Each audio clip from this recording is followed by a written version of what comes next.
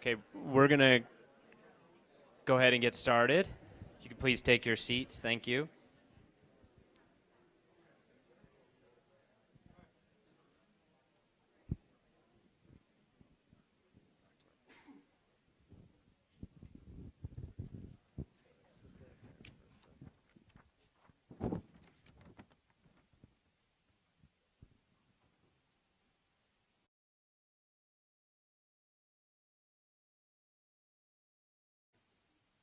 Speaker session from today's symposium. As you know, the title is The Role of AI in Deep Learning in Genetic Analysis and Phenotyping of Large Cohorts. There's a lot of buzzwords there, a lot of room to maneuver talk-wise. Hopefully we'll talk about some of these things and then some others as well.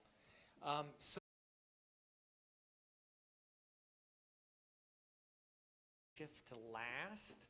And then Jenna Weens is going to go first. She is an assistant professor at the University of Michigan, Ann Arbor. I hope they got that right. And she's going to tell you today about the title of her talk. With that. Great, thank you so much. Here to tell you about our work in augmenting clinical care with AI in the era of deep learning, or white coat, black box. I have to give credit to the CBC podcast, White Coat, Black Art, which inspired this title. So in hospitals today, we're collecting an immense amount of patient data. Everything from medications to vitals, imaging, and notes. Now, my research group, we develop and we use machine learning tools to detect patterns in these data. Patterns that can be used to sort patients from low risk to high risk for a particular adverse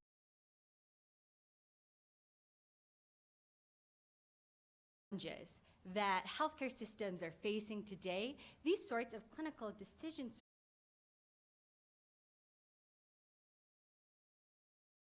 care far exceeds the supply. And economists anticipate this is only going to get worse in the near future. By the year 2025, we anticipate a shortage of over 100,000 clinicians in the US.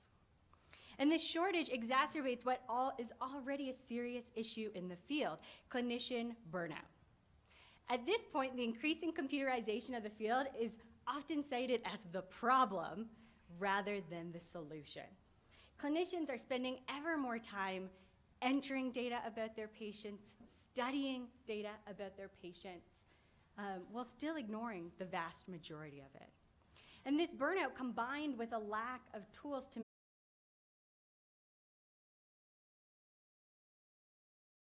data published by the CDC estimates medical errors as the third most common cause of death in the US, after heart disease and cancer.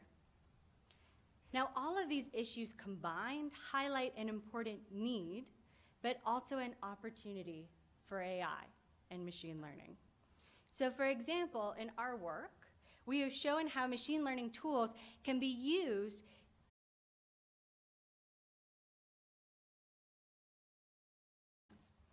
so when a patient's admitted to the hospital for a completely different reason, and then they end up acquiring one of these nasty bugs. Okay? For example, infections with Clostridium or Clostridioides difficile, or C. diff. We have shown how by leveraging data collected in the electronic health record, data pertaining to medications, procedures, who's treating the patient, where the patient is, and who's in the bed next to them, we can train models, machine learning models, to identify patients at greatest risk of infection. And on average, we're able to identify these patients accurately 5 days in advance of clinical suspicion. So before the test for C. diff was even ordered.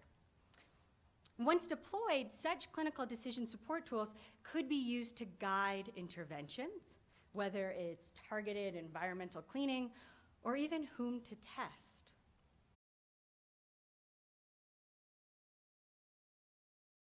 Transmission, reduce cost, and ultimately improve patient outcomes. But we're not stopping there. The data and the techniques used in our work in building models to predict healthcare-associated infections can be applied to many other outcomes. And we have work in predicting acute respiratory distress syndrome, graft versus host disease, shock, ARF. And now that the EHR, the electronic health record, has been around for some time, we can start to study long-term disease, modeling patient trajectories of, say, neurodegenerative disease. And we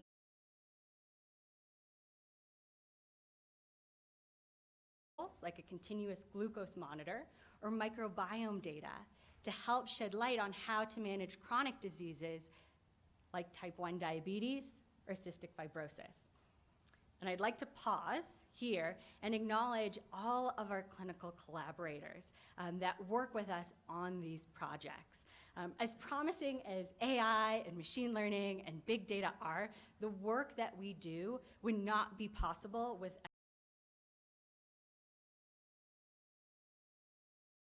motivated by solving problems in healthcare. Ultimately, as computer scientists, we're interested in tackling the technical challenges. What do we have to do to make AI work for healthcare? And from a data perspective, there's a seemingly unlimited number of technical challenges. In my lab, we work across a number of different areas, from time series analysis to regularization techniques to representation learning.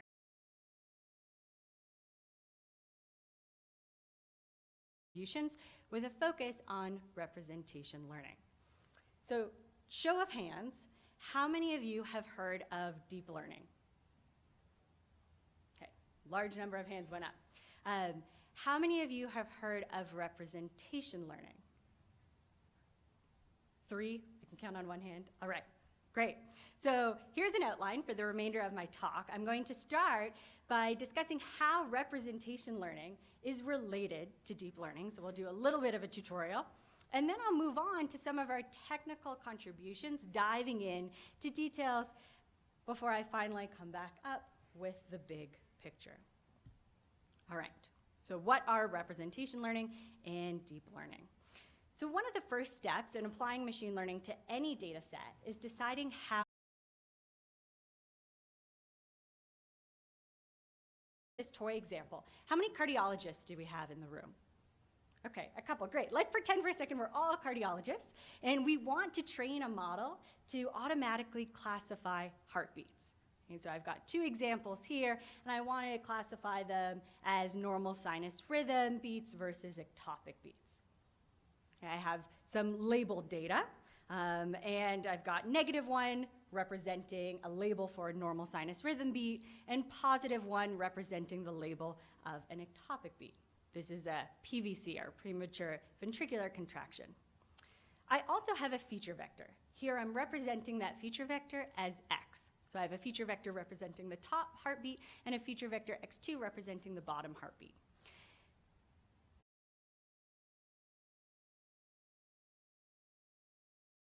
And I could sit down with some of the cardiologists in the room and ask them how they might distinguish these 2 beats. And they might give me these numbers and tell me that these map to things like the pre-RR interval, or the pre-peak time, and the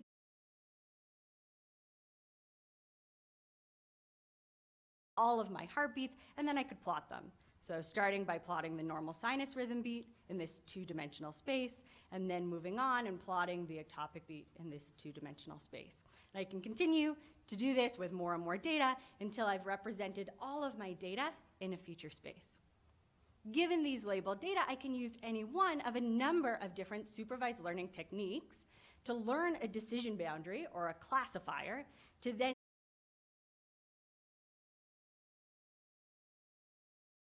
you can see just how crucial that representation can be.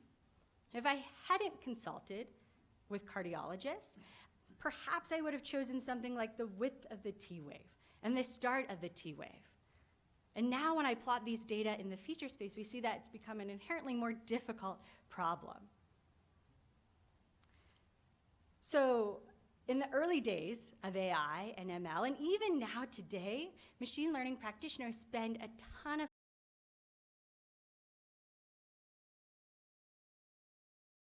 But we know that this can be labor intensive and error prone.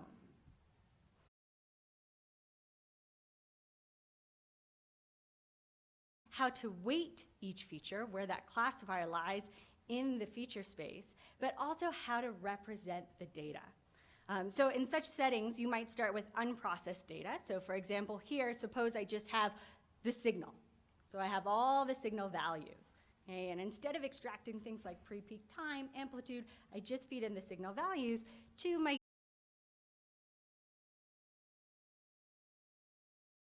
I can still think of that last layer of my neural net, that X prime, as now a learned feature space. And I can plot the data in that learned feature space, and then you can think of that last layer as learning that classifier, this decision boundary, and now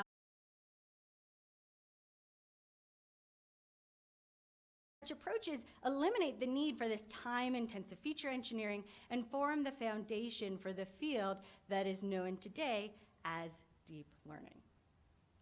And in recent years, deep learning has led to breakthroughs across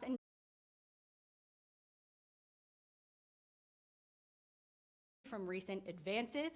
There are several image recognition tasks that computers now surpass the ability of humans on. Similar trends in machine translation. By mining tens of thousands or millions of sentence pairs, these techniques can better capture context and lead to better translations. And most of the benefit has come from the ability of these approaches to learn representations of the input.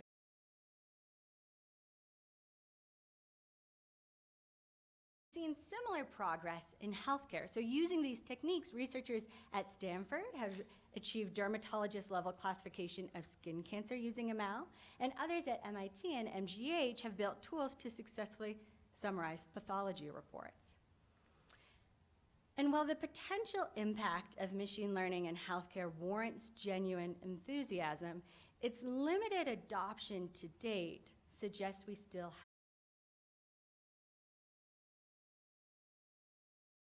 in other domains.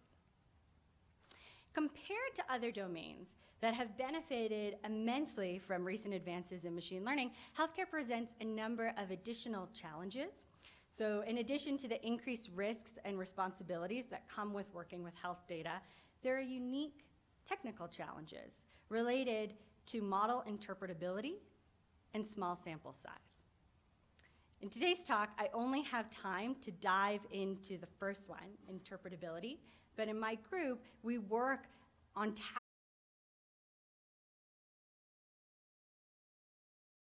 I won't go into detail. I'd be happy to talk after the talk.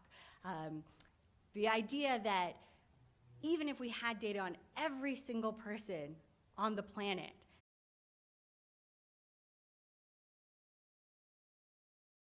can't learn meaningful relationships from the data alone. So how do we tackle that? That's what small sample size is related to. But let's talk about interpretability. So what makes a model interpretable? Well, going back to the toy heartbeat example, the model on the left is inherently interpretable because I told the machine how to represent the data. I have pre-peak time on the x-axis, amplitude on the y-axis. Those are going to get some weight in my model.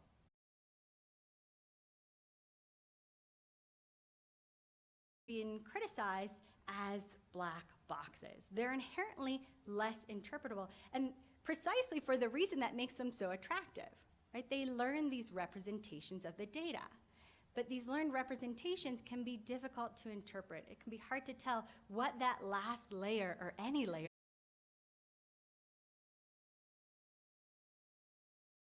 Researchers working in high-stakes domains like healthcare have sought interpretable models, models that tell a clinician not only who's at risk, but why they're at risk.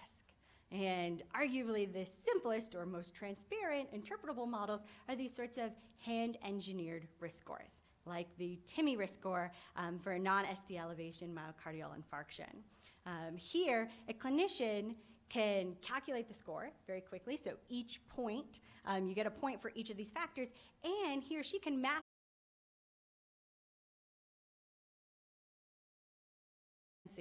And while transparency or interpretability may be important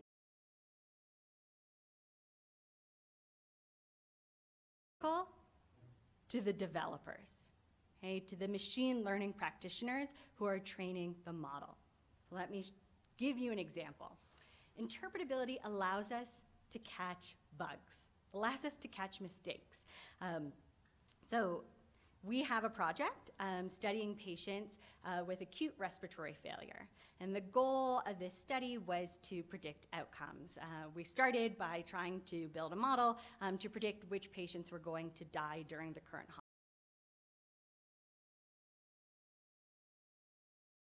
with me last summer.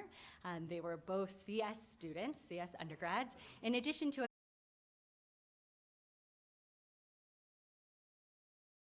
we had a large cohort of electronic health record data to train on, and the students went away, they applied what they had learned in their courses on machine learning, and they came back and they had a fantastic model. They had an area under the curve of something like 0.92, and they were really excited.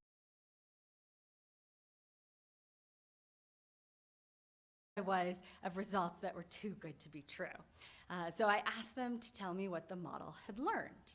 They were using interpretable techniques, so they were able to go back and query the model. And they found that one of the top factors in the model was this drug, scopolamine.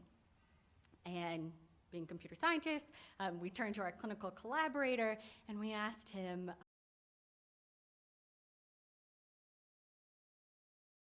that's used in critical care situations where the patients almost primarily don't already know. The students were really disappointed in this, but we were able to then go back, realize our bug, realize our mistake, exclude the patients on comfort measures only, and retrain the model, and this feature went away. So this type of interpretability is crucial because at the end, models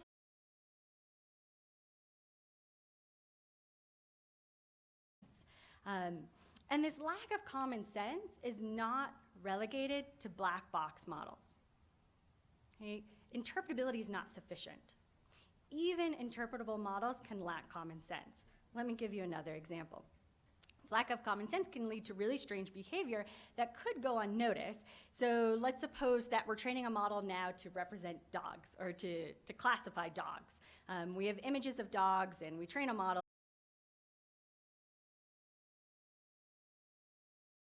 We think, great, the model's learned what we wanted it to learn. But if we had the ability to then query the model and ask why it thought it was a dog, it might point to the Frisbee. And it might just be that we had a biased sample.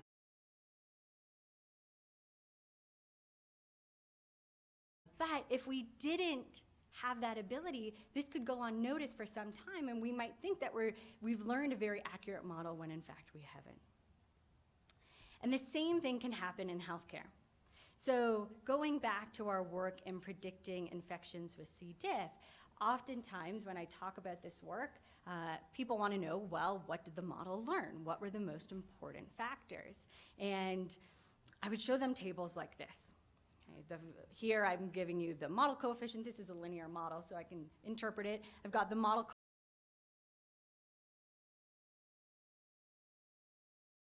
diagnosis. So a diagnosis with C. diff infection in the past year has a high weight. That makes sense. 20% of cases will relapse within 60 days. But I don't have to get too far down in this list to start to see something strange, and clinicians start to be puzzled, right? Why are these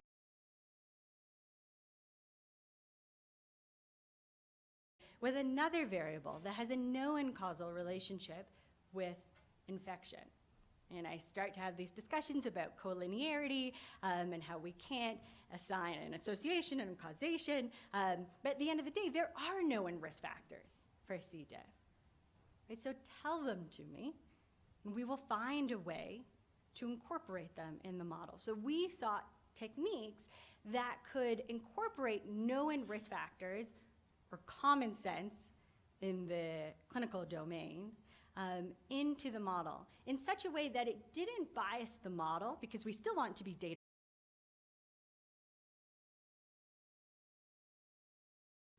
So we incorporated expert knowledge regarding what is known to cause an increase in patient risk in the form of a new regularization term called the I penalty. So we call this the I penalty based on its contour plot. You may be familiar with L2 or ridge, which is the L2 ball.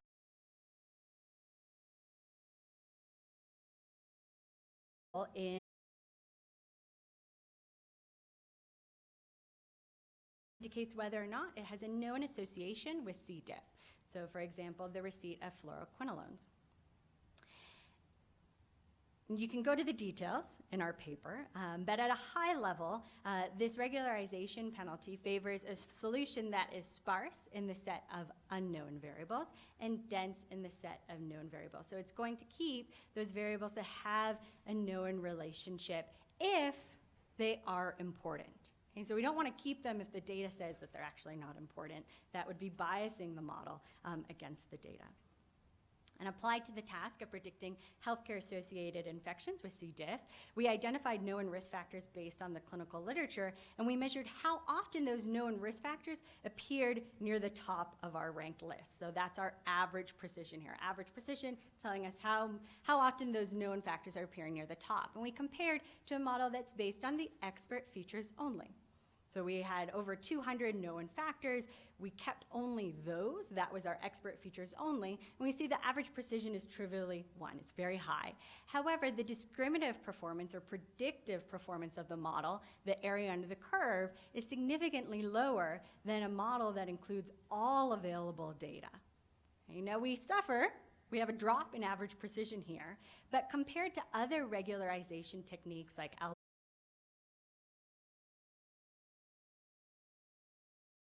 precision is an order of magnitude better.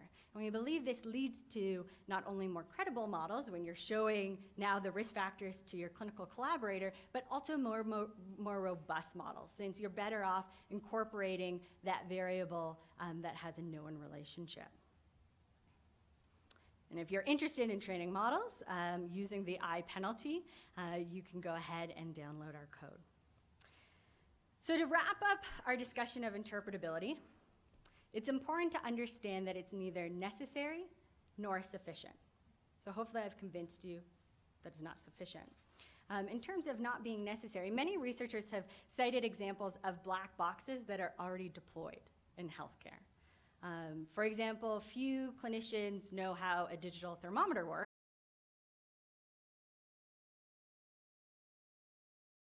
but manufacturers know how these digital thermometers work. It's not that no one knows how they work, right? But I'm sure you wouldn't take us very long to come up with examples where we don't know the mechanism by which something works.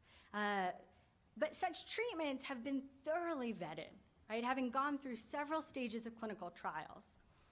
And we can do the same thing with machine learning models, and some argue for this. If the model's been thoroughly vetted, it could be okay if it's a black box. But these trials are long, they're expensive, and we should do as much as we can in advance to check or vet the model beforehand.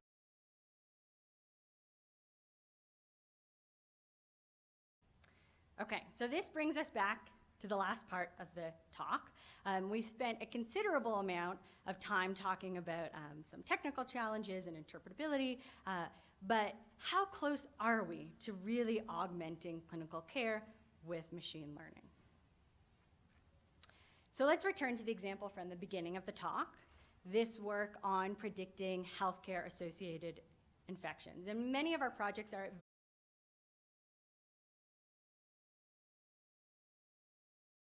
on clinical care. Again, we have an interpretable model here that estimates a patient's risk of acquiring an infection with C. diff during their current hospitalization. It outputs a prediction for every single day of the patient's visit. This is updated automatically in the background as the patient is given different medications, as they're moved around the hospital. And we're now at the stage of prospective validation. Okay, so we had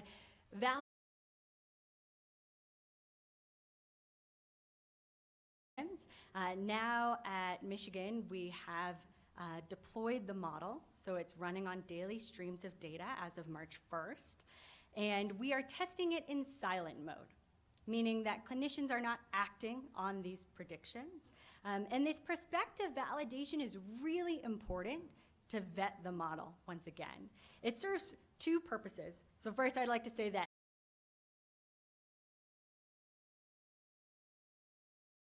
warehouse at University of Michigan who helped us with this, Hyun Ju, Peter Bo, and Sachin Ketterpal.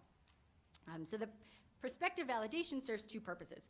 One, it allows us to test the model in silent mode before acting on the model, and that can tell us if there's differences between the retrospective data that we had trained on and the prospective data that we're now collecting, how robust the model is to, say, changes in clinical protocol. But it also enables real-time review of errors. And this real-time review can provide crucial additional context. So we can make errors on retrospective data, and we can go back and we has additional context. And that can help us perhaps shed light on what things aren't in the model that should be. So once we have the infrastructure in place for near real-time predictions and we've prospectively validated and thoroughly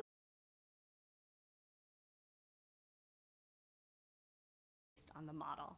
In such a setting, you could imagine that once a patient crosses a specific decision threshold, you would intervene, or perhaps if you're consistently below some threshold, then you wouldn't test. And we're currently working with clinicians at the University of Michigan and at Massachusetts General Hospital in Boston to explore potential interventions. So in summary, there's a critical need for AI in healthcare by augmenting clinical care.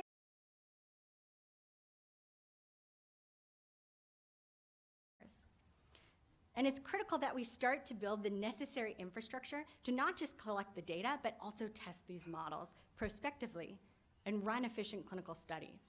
And though we should proceed with caution, we shouldn't let black boxes stop us from making progress. Interpretability is neither necessary nor sufficient.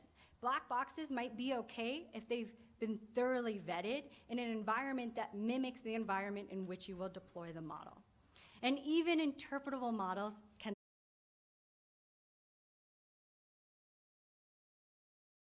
or domain experts. Thank you.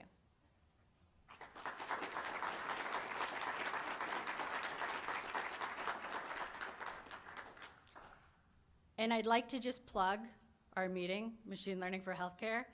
Registration is open. It will take place in Ann Arbor at the University of Michigan in August. Thank you.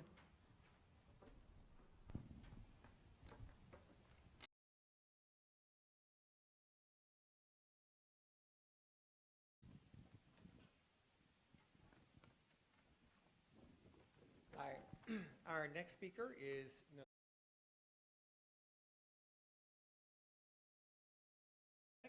medicine, and she's going to be talking today about machine learning and computation.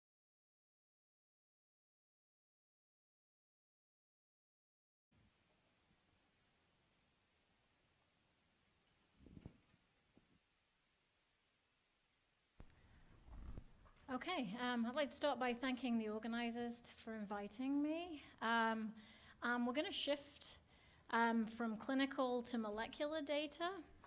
And what I'm going to do in my talk is take a deep dive into a project that I'm hoping will illustrate the importance of how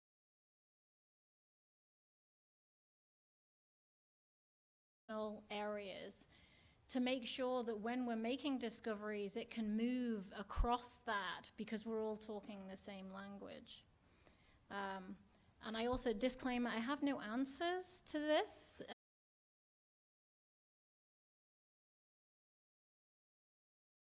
So what do I mean? Well, to start with, Jenna talked a lot about prediction, but I think to start with, when we start with big data, often we don't even know how to frame that data. And lots of people might ask different questions of the data. So if we all start from the same spot, but we're all asking very specific questions, we might end up with lots of different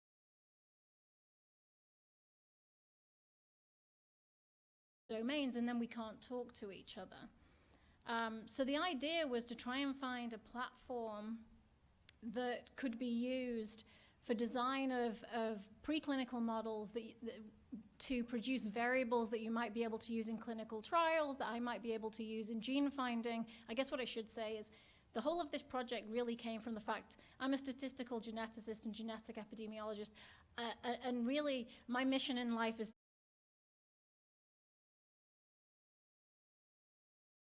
to disease, and so much of this story I ended up in different domains, which are not what I usually do. But anyway, I want to make sure what I'm doing and thinking about in genetic susceptibility is kind of aligned with lots of these other domains. So I'm going to talk about transcriptomics. So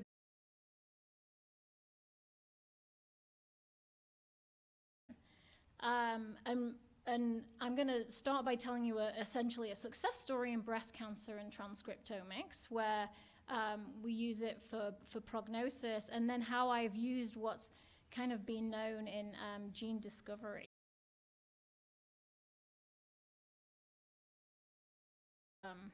Breast tumors. So, nearly 20 years ago now, we started to look at gene expression, and strangely enough, I guess, as I look at the literature as a whole, the group started to think about just what are the natural clusters in the data. And first started to say, okay, well, there are 3 distinct groups. They used unsupervised hierarchical clustering. And 2 of those looked like they were different epithelial cell lines, and then HER2 overexpression. A couple of years later, they refined this to 5 subtypes, so stratifications of tumor into luminal A, luminal B, HER2 enriched, and normal-like. The last one,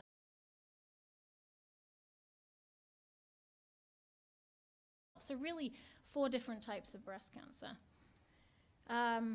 Since then, this is now so the next part of the story was you start with the transcriptome and then slowly come down to a small number of genes, which for ProSigna was 50 genes, where now, even though I was trying to describe the space, I now am able to do this with 50 genes. Okay, you're one of these 4 types of tumor. So it's all based on 50 genes. So the concept was taken a different way, the prediction way, the classification. So started out in Europe, so we have mamma prints. So there they weren't trying to look at the natural variation. Instead, they predicted prognosis, risk of recurrence, and figured out, yeah, there's a way in which you can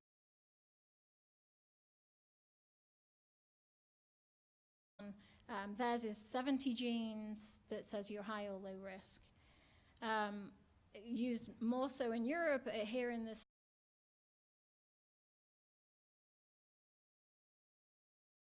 towards high or low risk.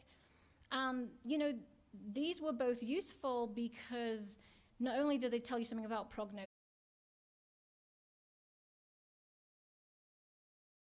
the women who were low risk of recurrence and showed in trials that it wasn't worth giving them the chemotherapy, and instead did endocrine therapy only because you're reducing the side effects with very little additional benefit. So even though it wasn't a true interaction, it wasn't that something about this interacted with the drug, it was a set of low-risk women that you would think about managing differently.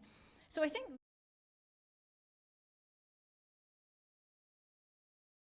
trained on an output, it was trained on trying to understand the clusters, and you can take these same 50 genes and actually derive a risk of recurrence score, which is very similar to the others. So the basic idea of this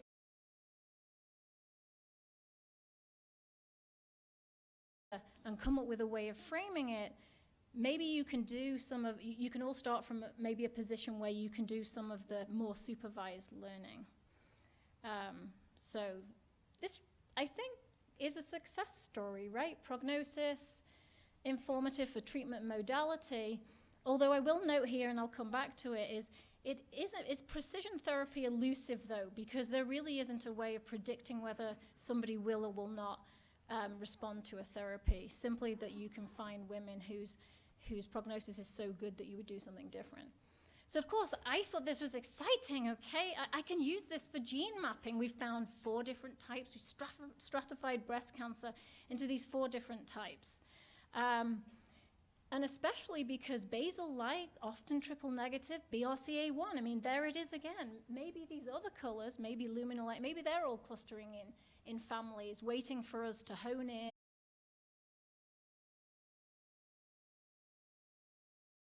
Tumor genomics when it started.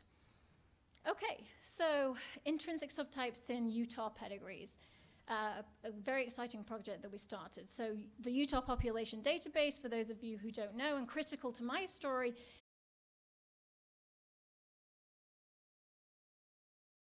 a big genealogy and you throw on the cancer diagnoses, and now you can see families that have too much disease, and in this case, too much breast cancer.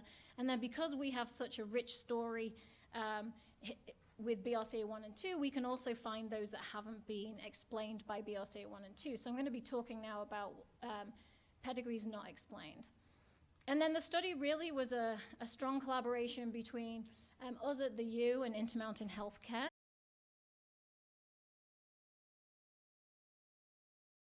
Healthcare system. Well, here in Utah, we almost have a 2 healthcare system with the 2 biggest healthcare systems actually explaining the vast majority of all the healthcare in the state.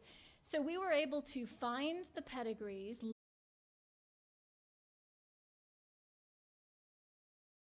want to do tumor genomics within the big pedigrees, find the tumors. Okay, so now I have several years. Now I have what I want, right? So the first thing to remember is I don't. What I have is a whole load of high-risk pedigrees and tumors.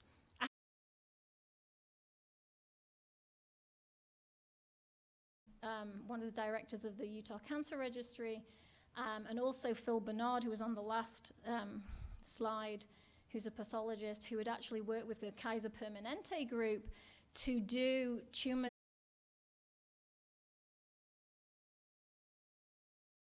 They were able to say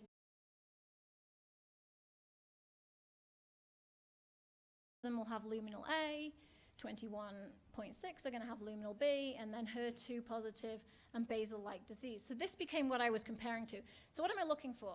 I'm looking to see whether my pedigrees are enriched for a certain type of one of these 4, with the idea that that will tell me that if the pedigrees are enriched, then there might be genetic susceptibility.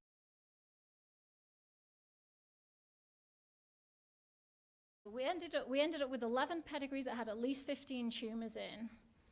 And I was very sad when I looked at this. Because if you squint, you kind of see that there might be less of the good prognosis luminal A, and there might be more of the others. But it wasn't really anything that you could write home about. So this was a big sad face. But it did, as a statistical geneticist and as an extremely stubborn person, is this one dimension enough? Is just being able to say a tumor is one of these 4 things, is that enough? Whether that means an intrinsic subtype, it's just one categorical variable. Really, a breast tumor is that simple? Or even what was done in the risk of recurrence state. I mean, essentially, they looked at the entire genome and came up with one metric, a risk of recurrence. Is it more complex? Does the data, do we actually have to think about the data a different way and get a different framework for this? So, for example, where am I right now? The easiest way of telling where I am right now is a north, a south, and an altitude, and that's going to pinpoint where I am. You don't want to code the entire space to be able to say where I am. So in an XYZ, I should say Z really, that shows I've been in America too long. I can pinpoint where I am in a 3-dimensional space. So maybe I need to do the same with the transcriptome. And this is where I decided not to put any maths and instead decided to try an analogy to try and get you to understand perhaps what we were trying to do here. So there was this expert that you may have heard of, his name was Newton, who came up with this idea of color. Okay? The idea is it's one spectrum, red, orange, yellow, green, blue, indigo, violet, same number as the number of notes, same half steps, with orange being kind of halfway and indigo halfway between blue and violet. And this was the way color was kind of thought of. But where do these fit? And how do you deal with it? So you could say, these are my subtypes.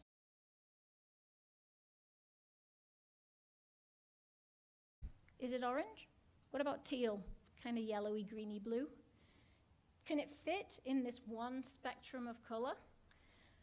Purple, pink?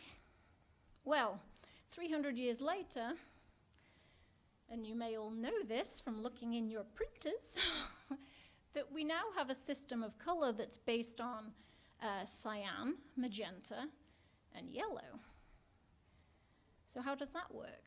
Well, it works like this. You can create pretty much the entire spectrum of color out of 3 dimensions: your cyanness, your magentaness, and your yellowness. So it's not 7 entities, or even splitting those 7 into 20. It's actually 3 quantitative variables that can define color. So this is what we were trying to get at. Maybe we should take a step back.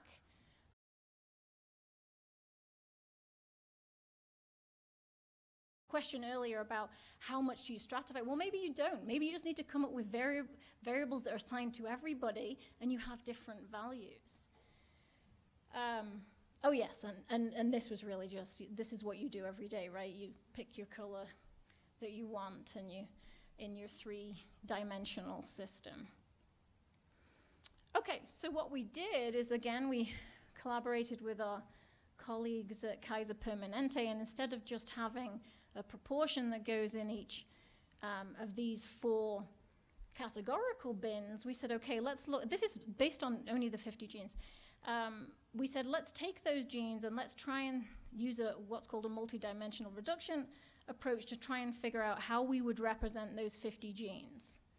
And this was done by an MSTAT student, Mike Madsen. So what we ended up doing, and you can kind of maybe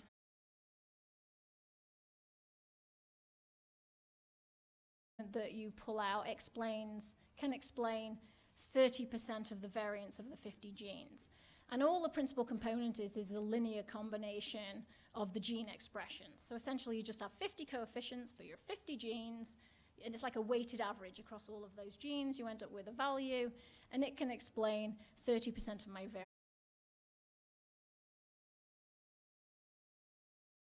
Returns, I've got most of the information out of these, so we stopped at 5 principal components, and this is what they explained. Okay, so now we look at our same tumors, and this is what we saw. Well, the first thing is as we know, the intrinsic subtypes, they're real entities, but they're not really this one very tight, they're very kind of, you can put more resolution on them by even framing what we know by quantitative metrics.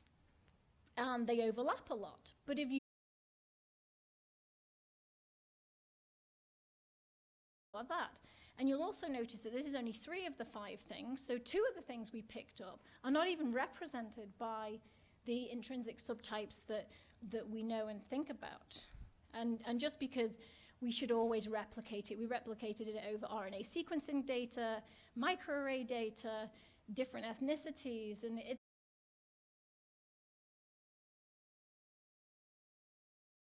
And then, of course, we have the problem that you can't actually draw a 5-dimensional thing. So we came up with this phenogram idea where we put the subtype in the middle because, of course, everyone always wants to know what they knew before.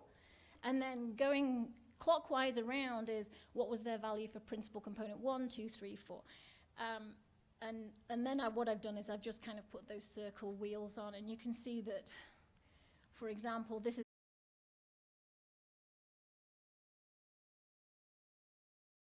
where BRCA1 would, PC1 is very high.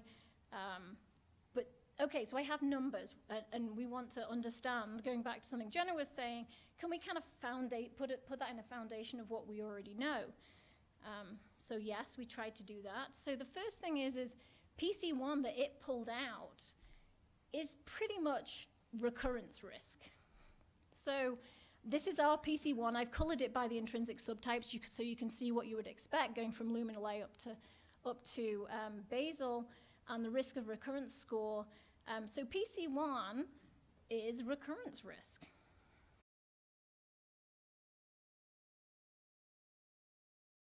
Prognosis markers that we do in the clinic. So PC1 is higher if you have ER negative disease, if you have PR negative disease, if you are HER2 positive, if you have larger tumors. So it's kind of like picking out a lot of things that we do in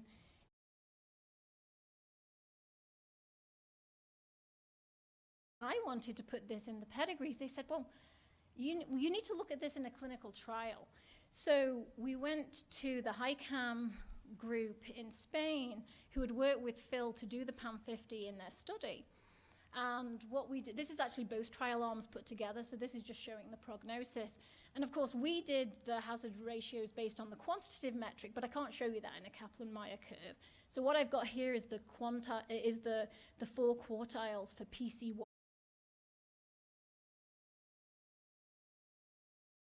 The lower you are, you survive better, and what have you. So it was looking like what you'd expect, and just in case you were missing p-values, I thought I'd put those on for you.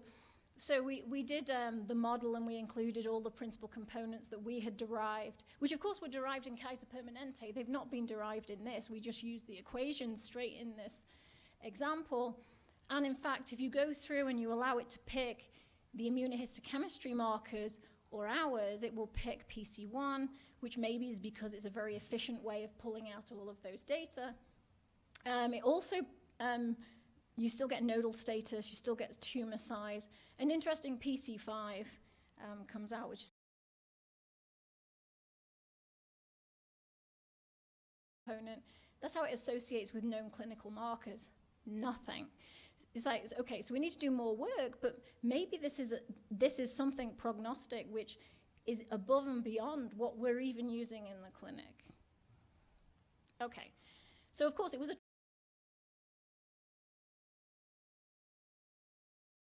do drug interactions using our principal components in this new framework that we've developed. What happens? So what I'm showing straight first off is this is just the trial result. So, nominally significant, but if you just look at, some values up here, this was like a triple regimen, and then it added paclitaxel, which is a taxane drug, which is now standard of care for node-positive women. And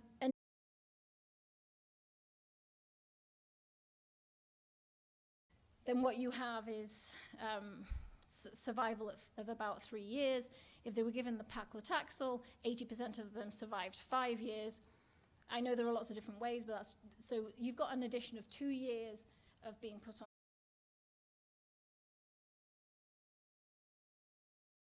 In fact, this is now a meta-analysis, and the HICAM study is this one that's did really well.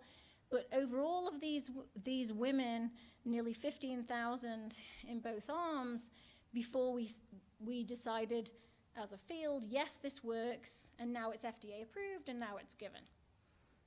And because it was a fairly small effect size. But what about the dimensions that we've come up with and drug?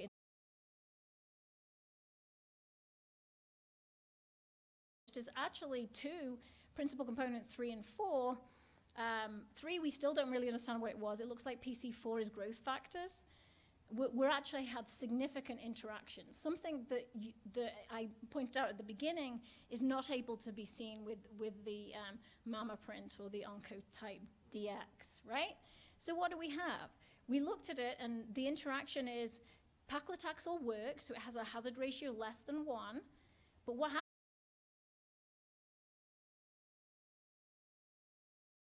3 gets really high in a tumor, it counters the effect of the drug. So there's actually a statistical interaction. So how we did that is we said, okay, well, what happens if I only look at women whose tumors were low for PC3 and PC4?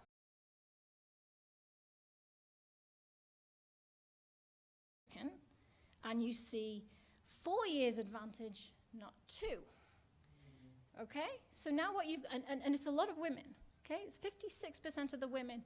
Looks like this actually really works. And this is just my nice little wheels, and it's just, I'm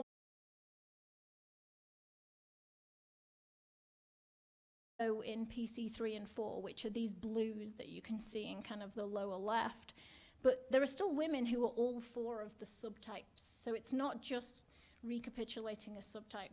But this was kind of what was really, I thought was really interesting, that if you looked at the 44% of women who had PC3 or PC4 were high, there is no effect here.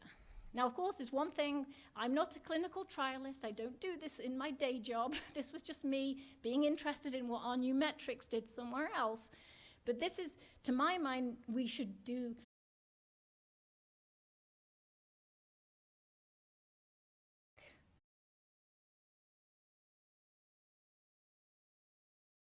subtypes. You know, you're kind of deep red in one of these 2 of the PCs. Okay, so we started playing around in other fields I know nothing about. So patient-derived organoid models have started. So that's one thing, right? It's paclitaxel, which was really interesting. But maybe this gives us a set of metrics that we can use in organoid and xenograft models to actually test for. So these are different drugs and different ones of the PCs, showing that you can see differences. Okay. So that was really exciting for me as somebody who doesn't do any of that stuff.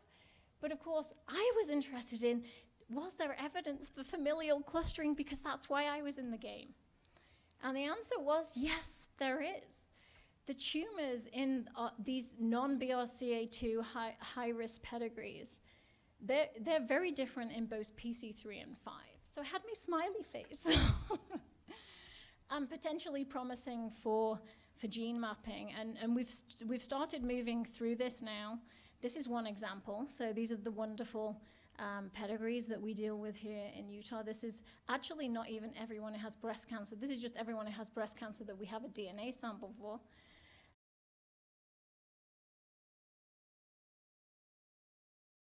Tumor genomics, and the colors represent the intrinsic subtypes, and the 3 means I'm in the farthest the top 5 percentile of principal component 3, which is what's unique about this pedigree. So what I have here are the 9 women who were all really extreme for PC3. And what do we find? We find they all share, all but one, sorry, and actually that's the person who isn't as extreme as the other 8, all share something across 35 meioses, giving a LOD score of 7.2, which is kind of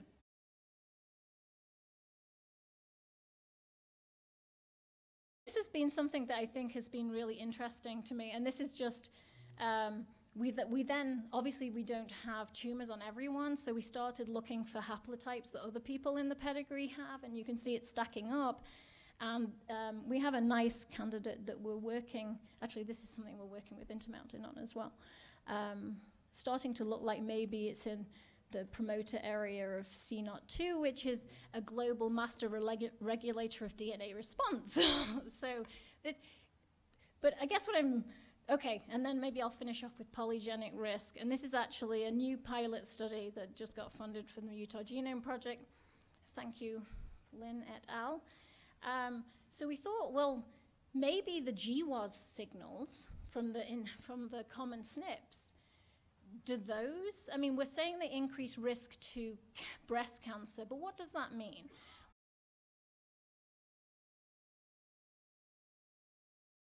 With it, is it to luminal A? Is it to low prognosis? So this is really only a taster. So what we tried to do, and I think we used a lasso method on this one, is we took only the 200 best GWAS hits in breast cancer from the Breast Cancer Association Consortium, which now is about 100,000 women and 100,000 controls. So it was, not a big set. And we asked whether we could predict any of our dimensions. And this is just one example. And I picked PC3 because it also has something to do with drug response. So the answer is yes, maybe we can. And this is something that we're working on. And this may actually be another way. Because if they all predict something in a tumor, maybe that tells us something about how they might be working together. And then it also makes me think about, does it mean that we could move to not even profiling the tumor? Could you do genetic tests for precision therapeutics off the SNPs? Should we have prevention trials? Now, maybe if I can do this and I can predict whether or not someone has a BRCA1 mutation or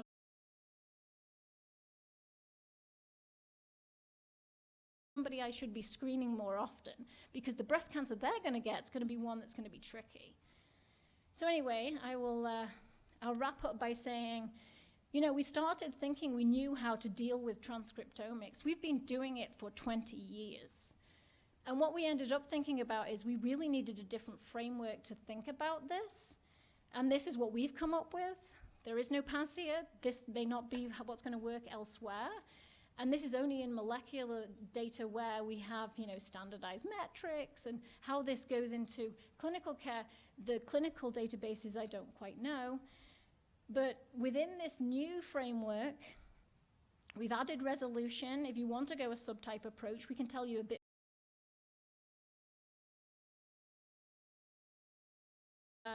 Do just as well as everything else in prognosis, mammaprint, oncotype DX, Prosigna. And actually, we may have another signal in there that we don't quite know what it is yet, but it's part of that story. It looks like we have completely novel interactions with drugs that are already out there and FDA approved. It looks like some of these metrics seem to be well represented in mouse models, organoid models. We've been plotting those, and so it looks like we'll be able to move between the different domains pretty well. And of course, I put my own stuff at last. And of course,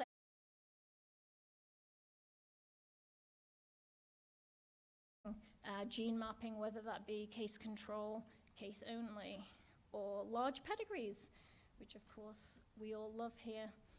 And this is actually Brian Whelm and I, and Brian was the person who's doing the organoid model, actually just put in a grant together to try and see whether we can use these dimensions as a bridge between inherited genetics and drug screens, which is a really exciting idea, and whether those might be able to be used in precision prevention. Okay, so my take home, really it's, big data may harbor many important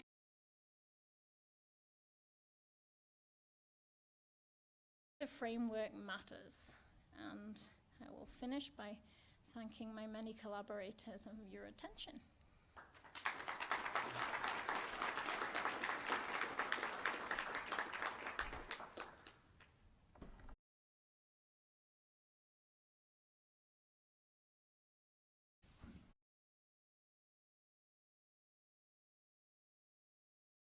My slides are, they said on a computer. Is it this computer that's right here?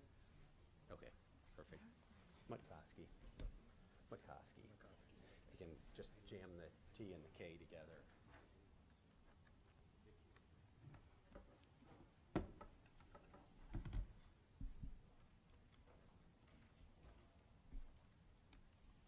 So our next speaker is Steve Mutkoski. He's a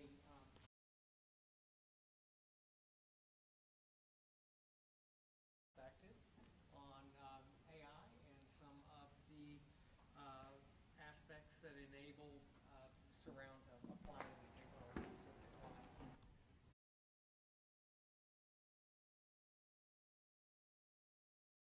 Before the slides come up. So first,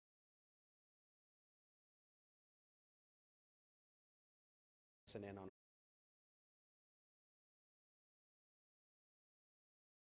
and have my presentation now that I listen to other people.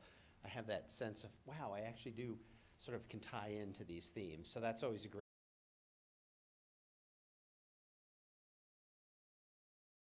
So let me step back for a second. First and foremost, our traditional health business is probably thought of as selling things like Windows and Office to people in any industry, including the healthcare industry. But over the last 4 or 5 years, as we've developed a cloud platform, Azure, and a number of research and analytics tools, including machine learning tools, we've increasingly found that in industry verticals, it's really important for us to have some domain expertise and to be able to drill down with our customers and potential customers. So in addition to sort of the general selling that any software and cloud company would do,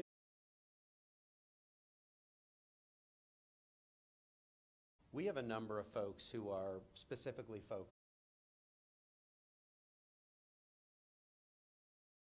Jenna worked at Microsoft Research for a while, and so is a good example of sort of where some of our projects wind up going. So that's sort of the background. In my day-to-day work,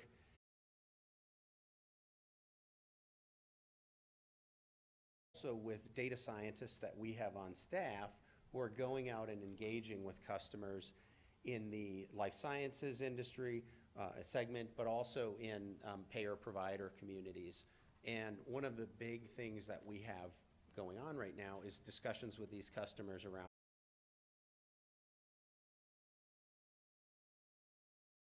of silos of data that they've created over the years.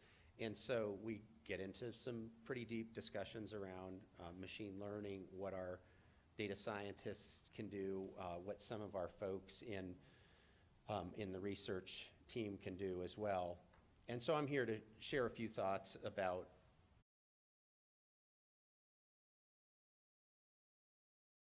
how to bridge a gap that's consistently there with new technology between some of the users, between patients, between regulators, between lawmakers, between tech companies like ourselves, and between researchers and practitioners. One of the things, I've been at Microsoft for 18 years, and one of the things Smith always says is that with each new wave of technology comes tremendous opportunity, but also a responsibility to make sure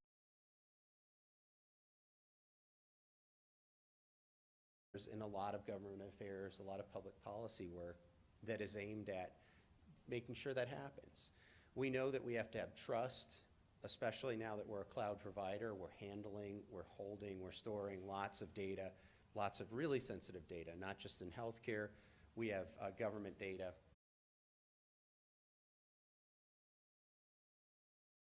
Public trust is very important, I think, to the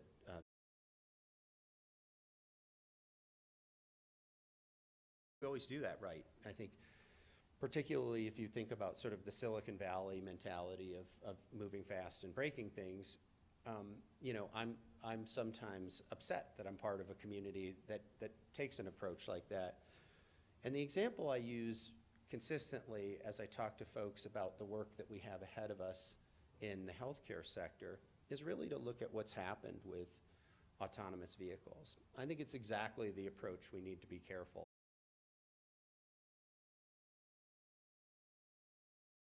Recently that Uber's escaped liability for the crash that caused a fatality in about a year ago. But I've also read some studies recently about what that accident did to public trust for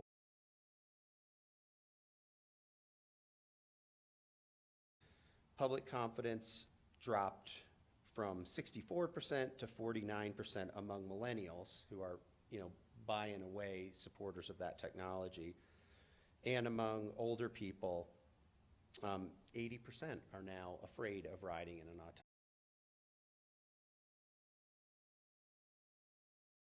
This bigger issue, 66% just don't want those things on the road with them. They don't want to share the road with them. So I start by positing how can we avoid getting ourselves into that sort of a deficit with public trust. I mentioned quickly kind of the work that I try to do as a public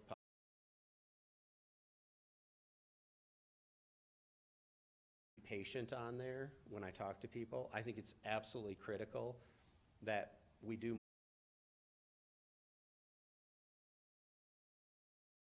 input from them in the form of data, so we better get them on board. I also believe that we wait too long to sit down with lawmakers, policymakers, regulators. I am spending a lot of time in DC right now just trying to educate. Well, what is AI in healthcare? And you'll see in my presentation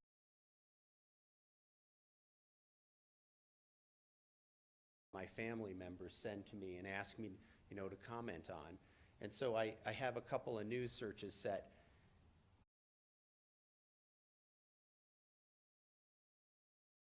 May not know any of the level of detail that we know about machine learning and AI and how it works. So they're being informed by some of these headlines, some of which I think are true and some of which I think I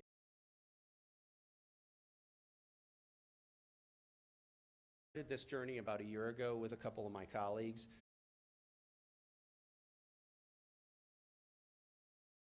Article realizing the potential for AI in precision health, and we used it really to sketch out a number of what everybody's talking about, these principles for responsible development of AI across every industry. And we drilled down into a few specific principles and sort of iterated on them for the healthcare sector.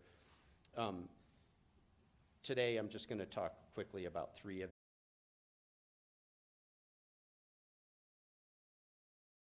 A second, bias, we've also talked about that as well. And a third, safety, efficacy, and I'll throw a little bit of thoughts about regulation in there as well.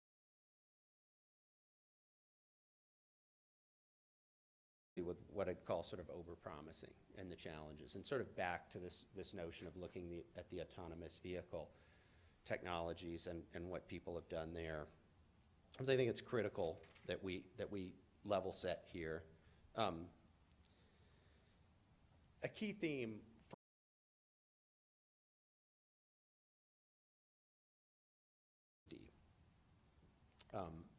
but even before we get to that, we've got to think about trust. How do we generate the trust that we need to drive forward with our work?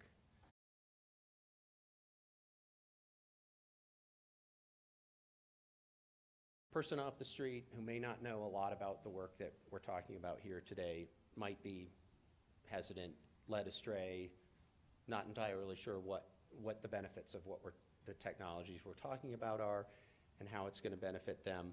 The three examples are 23andMe, the sort of initial batch of, hey, here are 254 things that will tell you if you send us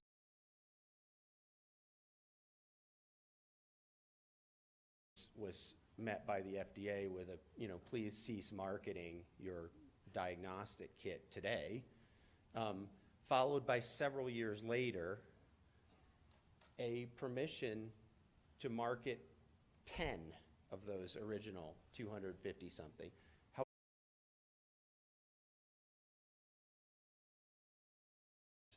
Just smart lawyers have told them how to dumb down some of the claims, so they're still there. But I think it's a really good way to show, the difference between sort of the enthusiasm of, hey, here's what we can go and do, and then a regulator stepping in and saying, I think you need to tone this down a little. Let's see what you've actually got for proof.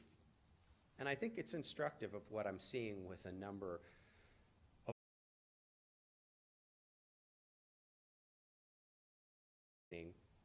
in the field. And so I think it's really important for us to not get too far out in front.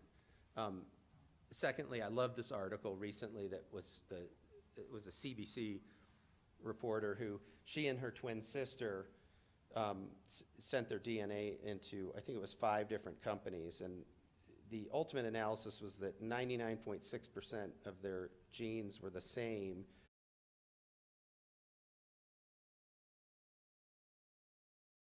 me, I didn't mean to do that. All of the 5 companies had a range that they weren't identical. And there's some really good quotes in the article that are attempts to sort of say, well, this is more of an art. That's right.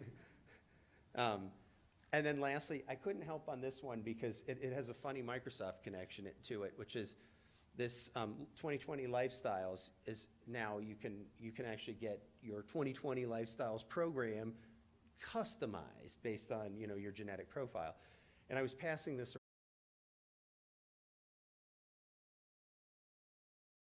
So before he left Microsoft Research, he worked.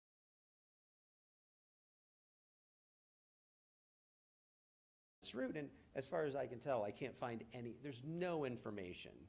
I haven't asked for it, but there's absolutely nothing to say, what is it? What genes are you looking at? How does this come into play? So,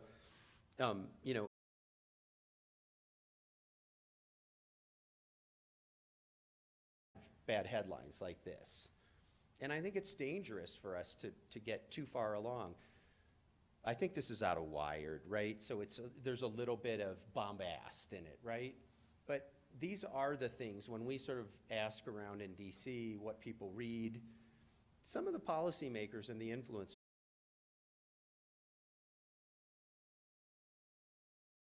to minimize the number of these headlines.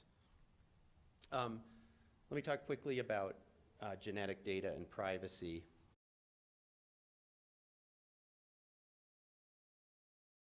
What folks here in the room can do with my genome. No idea at all. I'm a lawyer. But I can tell you that in my 25 years of practice, I have seen both the same problem reemerge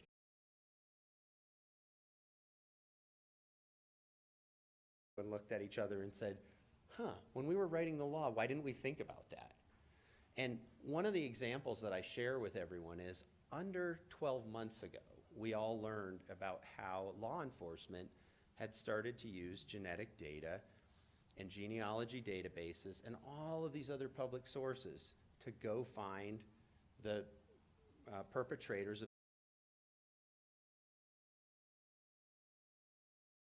Golden State Killer. I don't think any of us 12 months ago, if we said, okay, we're contributing our genetic data, whether it's to all of us or to any other research project, no one would have been thinking about these kinds of uses. And I'm not taking a position on it one way or the other. I mean,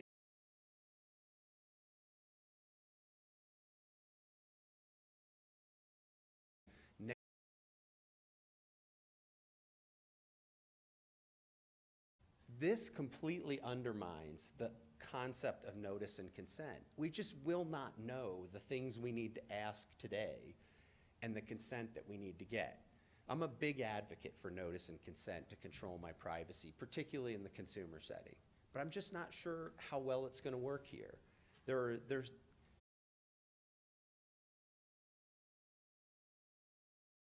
says lawyers and policymakers to work through any of those and create rules for them right now. At about the same time that this information was coming out about law, Washington Post about the All of Us program.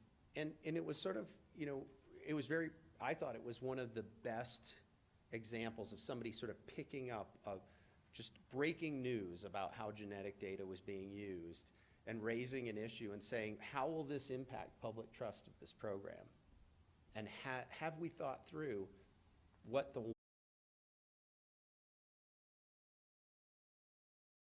will then be identified by their genetic data in All of Us? And I had some great conversations with people.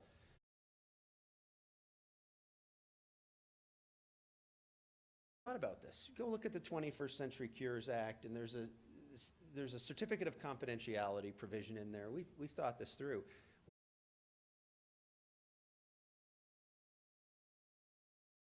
A federalism problem, which is it's not clear to any of us that Congress can prevent a state court from issuing a subpoena to a federal database.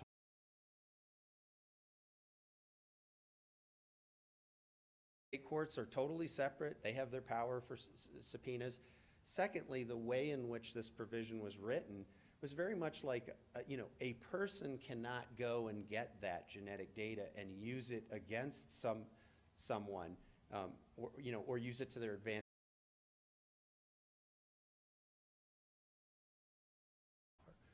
It also probably doesn't rule out third parties getting access to that data, maybe to establish a familial relationship, to establish paternity, things like that. I'll just better part of a decade, we get law enforcement requests in numbers. You can go and see the Microsoft Transparency Report. Anytime you have a large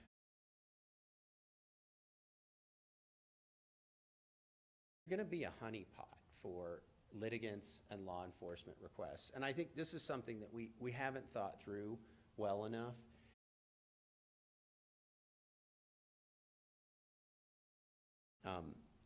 But I think we've got to do a little bit more work in terms of building the public trust up and making sure people are going to understand how their data might be used, how it might not.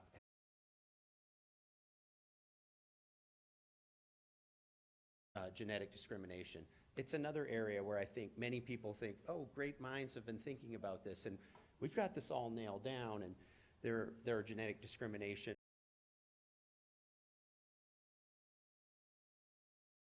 as we figure out more ways to use genetic data to discriminate against people. Right now, somebody could get a hold of your genetic information and use it to make a determination about long-term care or disability insurance, even though they can't use it to drop your health insurance or can't use it in hiring.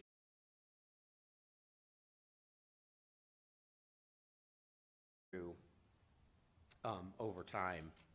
Lastly, I think one of the things I've started to realize is that, as I look at my industry and the things that we've done, we don't have a great track record. I'm going to pick on IBM and Google in a couple places in here, but it's equally, aimed at us. These are just the headlines that I could find, and I like this bubble. We are in a bubble. We just go out and do stuff. We go out, let's go get all this data.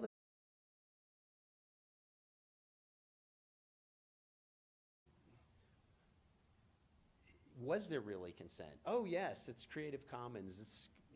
But the question is just, what on earth are we thinking here? And so I'm now seeing these things like, let's go and mine old envelopes for DNA left behind.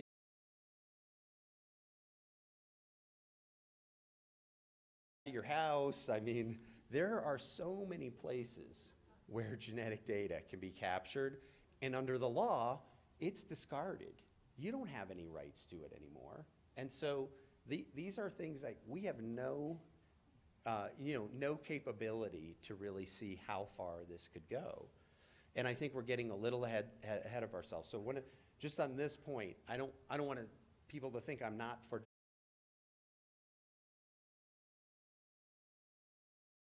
policy that thinks about what are things we're going to definitely prohibit, what are things we're going to allow and enable.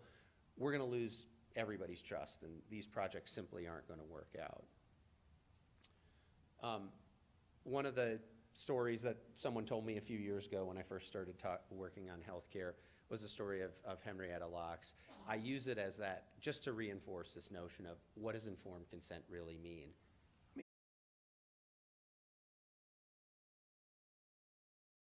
And with this biological material. Even if we had asked for her consent at that point, no one would understand it's like time travel back in time and presenting somebody with a scenario that doesn't make any sense to them. So I really do think it's a great, a lot of good has come out of this. A lot of good will come out of AI. A lot of good will come out of biobanks and programs like that. But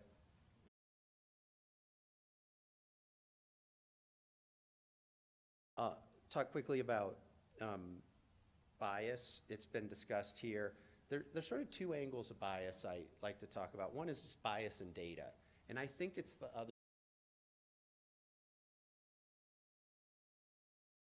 Do things like cross-border sharing of data and easier aggregation of data sets, we'll have data sets that reflect smaller, narrower groups of people.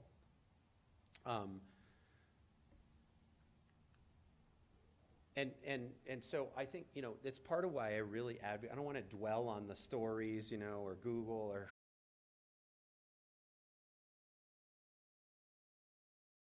sets.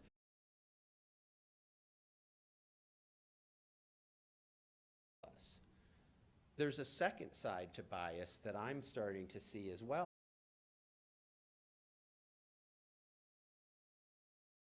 The problems that we're going to go and solve with the data in the first place. And so at Microsoft, we have a big push around diversity and inclusion that's not just about bias in data, it's about bias in thinking beyond, you know, what are the problems? A lot of our data scientists are white males between, you know, 20 and 40. What are the problems that spring to their mind that they want to solve? Those aren't always the things that our company and all of us here in this community should be focusing on. So I think it's really important to put some thought into that other side of the bias coin as well. I do have one other thing to sort of that's come up in the course of the discussions today that's made me think more about, you know, how do you get broader data sets and how do you sort of nail down some of these privacy challenges? I do think that over time, the US government will start to look at it, the US health system, I should say, more like a nationally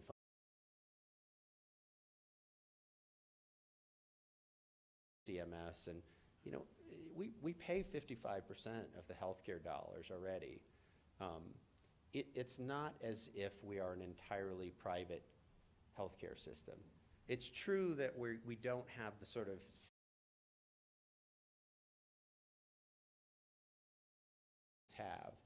but I've been advocating for a while. If you pay for care, you should be getting a lot more back. You should be getting more data. And when we talk to CMS, there's data there. It's not easy for people to get. It involves, you know, loading an 18-wheeler up with tapes and sending them around. There is a huge amount of opportunity, I think, as the US looks at developing these AI strategies in each of the agencies.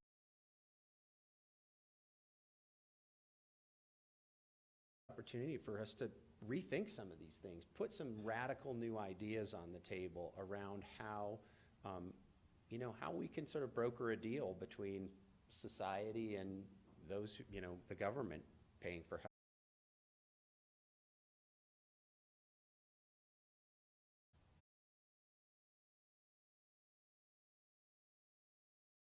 Thoughts on safety and efficacy. We've talked about this a bit, but this is the area where I've been the most concerned. I think I describe it as sort of the democratization of AI across a number of industries. We have lots of access to data. We have, you know, all you need is a credit card and you can, you know, AWS, Azure, Google, you can get yourself some cloud cycles really easily. And what I'm finding is it's just very easy to go and build some models. I think the last few presentations have done a great job of introducing this is actually rocket science element to this. I've spent some time talking to my healthcare experts and the data scientists that work in this area. And one of the things that we do is occasionally we download a couple of these articles. So AI detects breast cancer.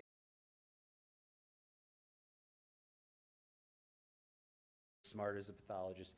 And they've helped me as a, you know, not an expert in the field of research, get beyond the headline and start asking questions about, well, is that really true? And if it's true, why isn't this at my doctor's office today?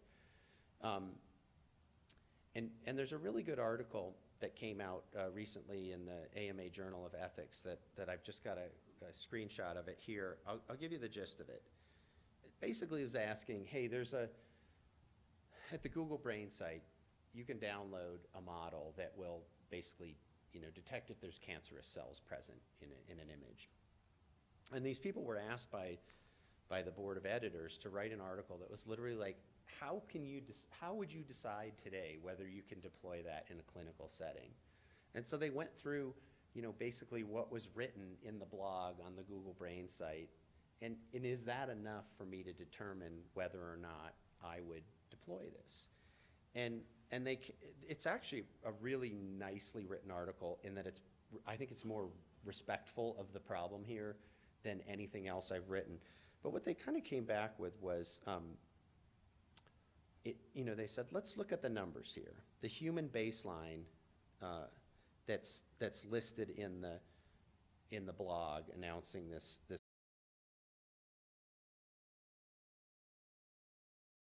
accuracy was 92%. So my colleague said to me, as we read through this article, okay, those are great numbers, but do they mean anything? And so we dug into it a little bit, and it turned out the 73%, that was,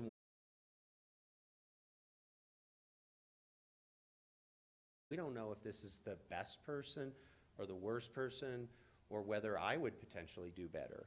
And then, secondly, we've already talked a little bit about bias, but it was 10,000 images, which doesn't sound bad, but we know nothing about the data set. We don't know who those people are. Tons of unanswered questions about that. One of the things that is really important as we start thinking about these issues is, so how would we use these tools in a clinical setting? I've heard a couple of people today talk about augmentation. I think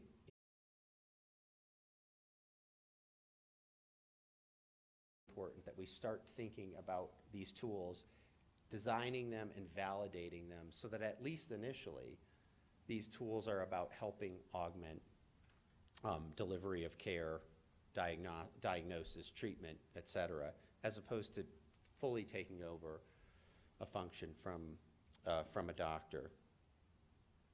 The one other thing that was interesting in this AMA journal that I want to share that was, there was a mention on the Google blog about this being a continuous learning, saying basically like, oh, this is great. Every time it consumes another data point, it gets smarter. And the authors called up the person and said, really? Do you have continuous learning turned on? And the person said, no, that's an error. We should take that out of the blog.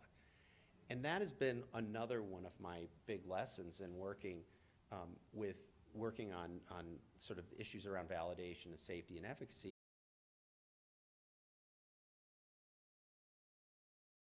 To send something out into the wild without any, real controls on how it's going to react to the different data that it finds out in the wild. And I think that's an area where, and I'll end sort of on this picture, back to the car thing, right?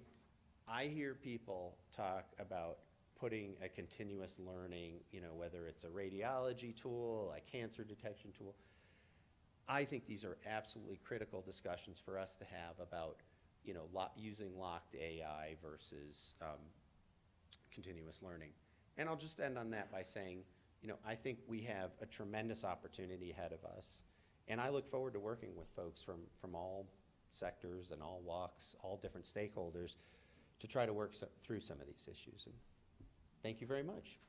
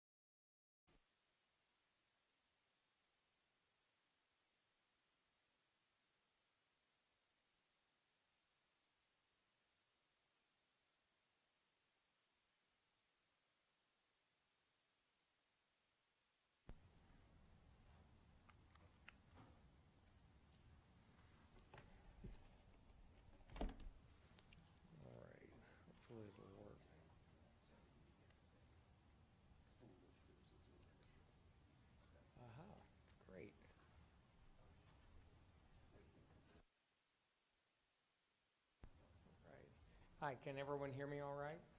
Yeah.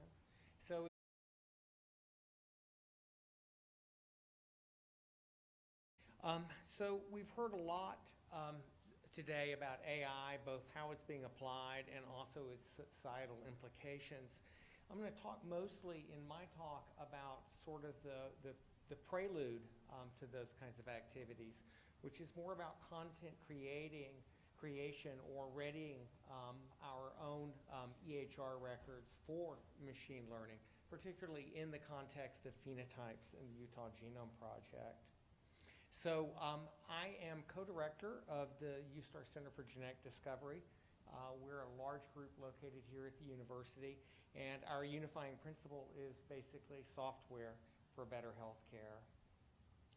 I'm going to be talking today about two algorithms produced by the USTAR Center for Genetic Discovery for analysis and diagnosis of genomics data, VAST, a probable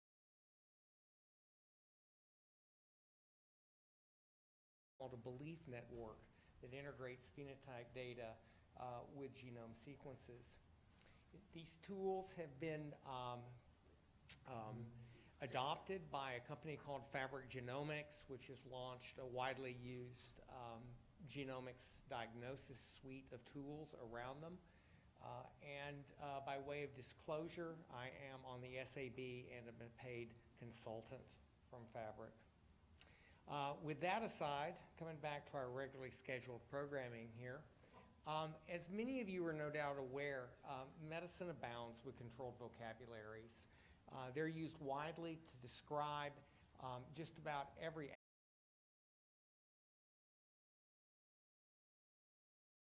but also widely in genomics and computational biology.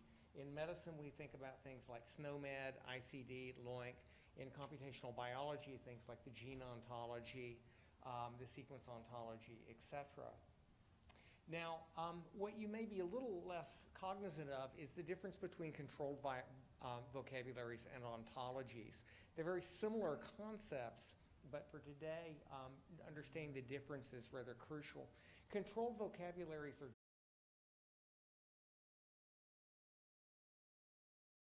data. An ontology is a controlled vocabulary where the terminologies are related to one another by relationships, such as is a, part of, has a, etc.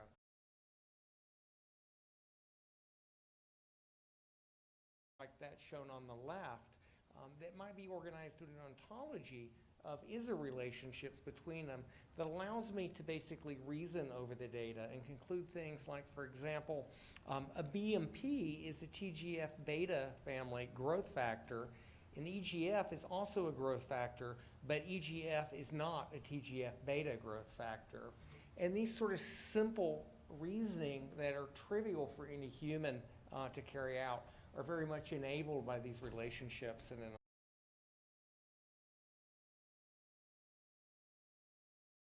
And so over the last few years, a special ontology called the human phenotype ontology has really become the standard for describing patient phenotypes for the purpose of genomics and genetics analyses. And I'll be talking quite a bit about the HPO today. To understand why the HPO was created and what it's used for, it's important to understand the difference between disease and phenotype, or diagnosis and phenotype. These are very closely related concepts, and there's no universal criteria that can really distinguish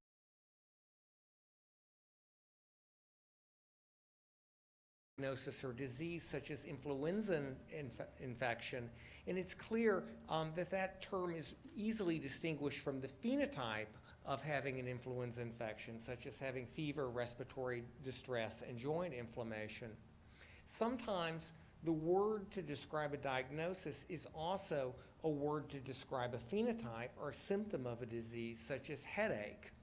And sometimes there's no obvious relationship at all between words that are used to describe a disease and the phenotype of those patients affected with it, such as, for example, a random example, Wiedemann-Steiner syndrome. And so as soon as you encounter this divorce between a diagnosis or a disease and the phenotype, you really understand why you need words to describe both things like Wiedemann-Steiner syndrome, but also the phenotypes of those patients that are affected with it.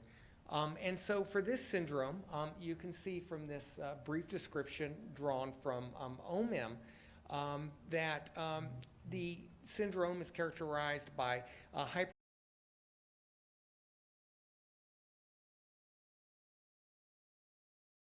wide nasal ridge, etc.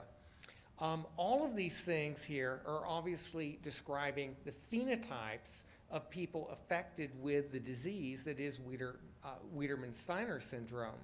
Now, the HPO provides an ontology and terminology for describing these terms that are frequently used in free text. And that's another point that's going to become more important as the talk unfolds, is the difference between what's called free text, which is human readable text, and what's called a machine readable text. Humans operate and reason on free text. We're all very good at reading, especially those of us with academic jobs. Computers don't really read, but they can operate on machine readable descriptions. And so what I've done here is I've inserted the HPO concept for every one of those phenotype terms that occur in this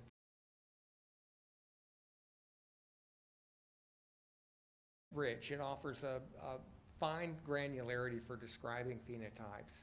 And so what we can do is we can go from that free text to association with HPO terms to something that's called a machine readable phenotype description. And this is, for computational purposes, a machine readable phenotype that describes what Wiedemann-Steiner syndrome is. We have each of these terms that is directly concept IDs that's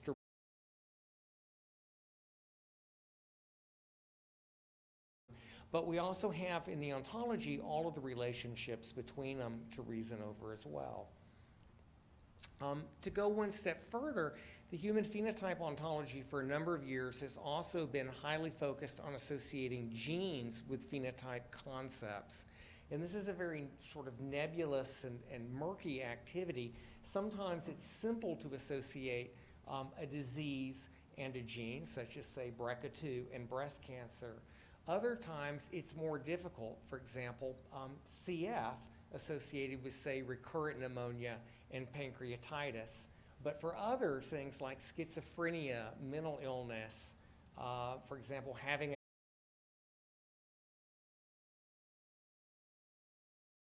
it's not so easy how you go about associating genes with those concepts. Nevertheless, this is a focus of considerable activity, and it also needs to be taken with a grain of salt.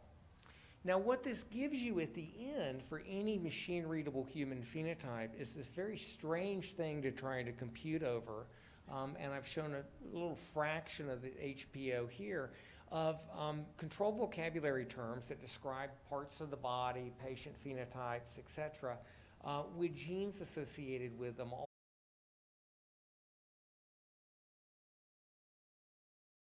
Here at the University of Utah, as part of our initiative with the Utah Genome Project, we developed a number of years ago a tool called Fever, which is a belief network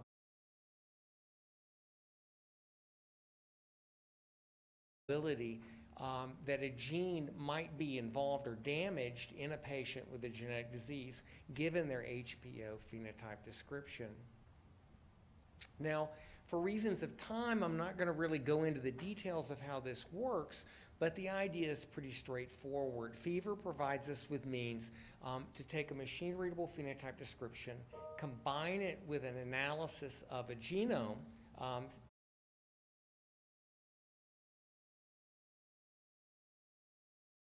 has become widely used around the world, both commercially and in academia, for these purposes. And so this is an example of the problem Fever solves. We've seen a few of these Manhattan plots today and lawn gardens this morning. You'll notice this one looks quite a bit different. What we've got here is the chromosomes on the x-axis. On the y-axis, we have a probability by another tool developed here in Utah called VAST that a gene is damaged. Each one of the dots, yellow or red there, represents a gene rather than a variant. And how far up and down a gene is up on that y-axis is sort of vast best guess as to how damaged at time of original publication of fever, with very poor variant calling and very little signal in it as to what gene might actually be damaged and responsible for this child's disease.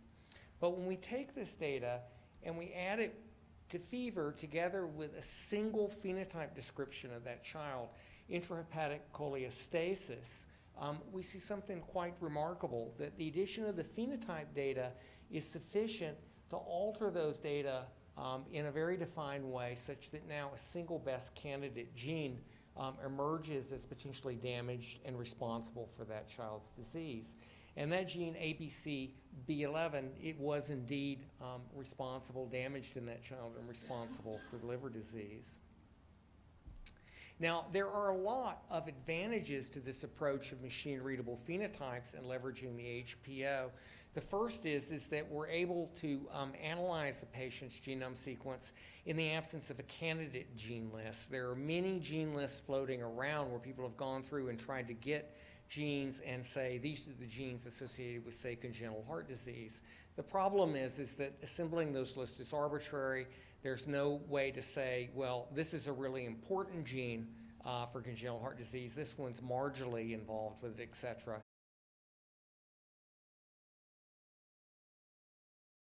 Might be wrong with a child in advance. Fever provides a prior probability given a phenotype for every gene in the genome. And for reasons I can't go into today, it also allows you to detect novel disease associations. And those features together make it ideal for analysis of very large cohorts, which is something that we're trying to gear up for here in Utah and everywhere. And indeed, it's the broad organizing topic of this meeting, which is assembling large cohorts of individuals for precision health purposes.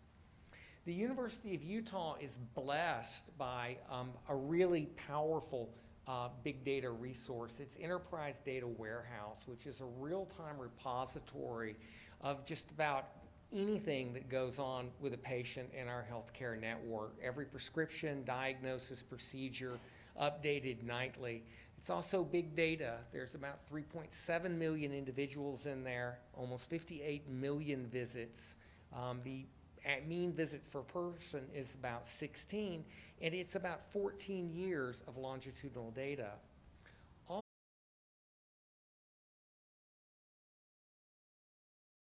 Source for cohort assembly in the form of over 68 million clinic notes. Those of you that aren't physicians or closely associated with healthcare will know, may know that the physicians will tell you that that's where some of the best data lies for any kind of machine learning. It's not necessarily in the diagnostic procedures, et cetera, that get billed. It's in what the physician thought was actually wrong with that patient.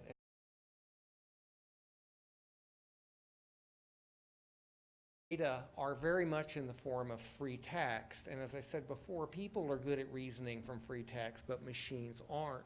And so we have set about over the last 6 months or so with trying to put together a project to associate HPO terms for our patients in order to drive large-scale cohort assembly and genomics projects, in the sense that we would mine the contents of the database for each individual and have a ready-made description.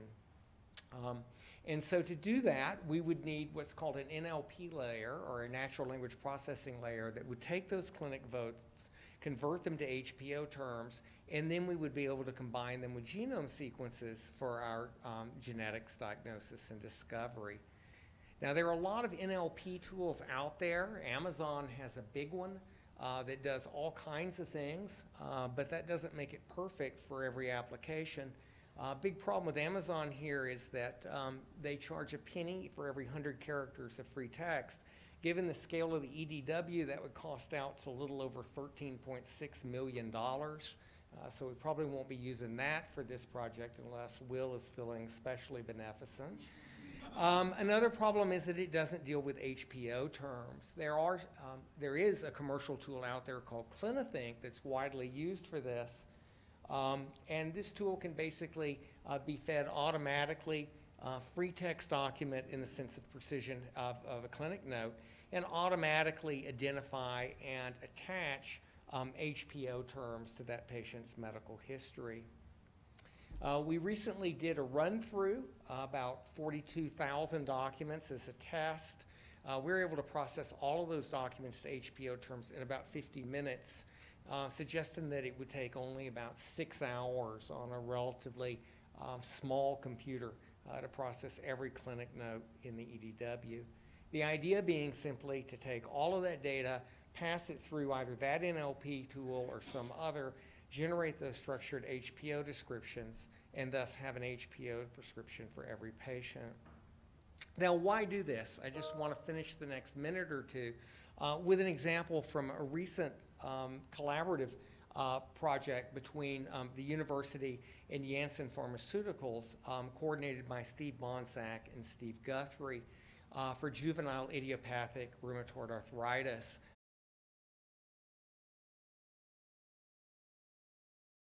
A young girl, 3.5 years old, diagnosed with severe rheumatoid arthritis, also with autoimmune interstitial lung, joint disease, and arthritis.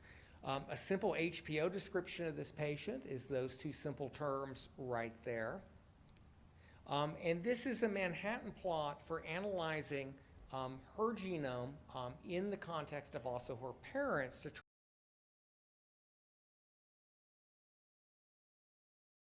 candidates, but there's no power really to pick a best candidate. When we apply those HPO terms through fever, though, the picture instantly changes and we're left with a single best candidate. Now, a couple things here. You might think that for a single patient, you could just go through and read up on each gene on your own and do this. That's true. But when you're trying to process thousands of patients, you can't do that. And that's why you need this AI layer to get a best candidate for each patient. Now, this girl, it looks like we think may have a damaged mutation in a gene called COPO. That's codomer protein subunit A. It's a protein involved in vesicle trafficking. She has what's called a de novo variant that's never been seen before, a spontaneous mutation event that occurred in her post-conception.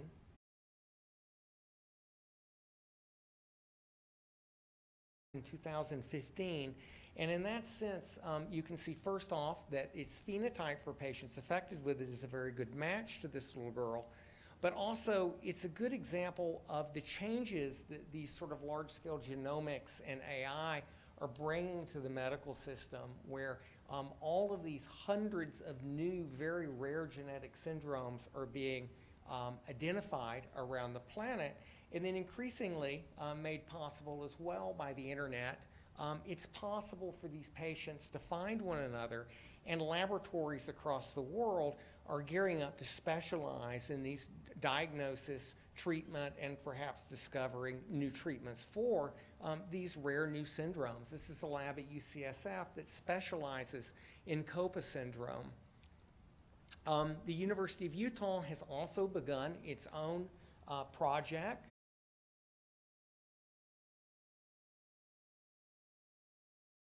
rare Mendelian syndrome, such as COPA, through its MOAB program. In fact, it was one of the first to do this, and it's gotten a lot of wide exposure through work around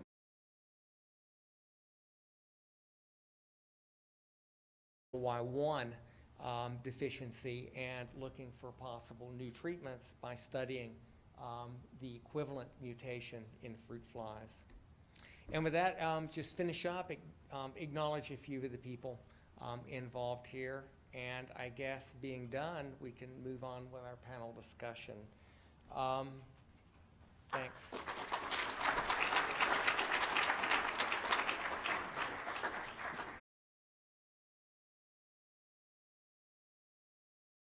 Us and sort of organize for the panel, but feel free to ask anything.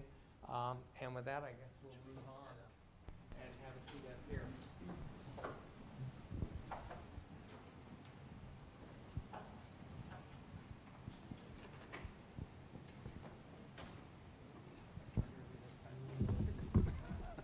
This is for Ms. Weens. You mentioned that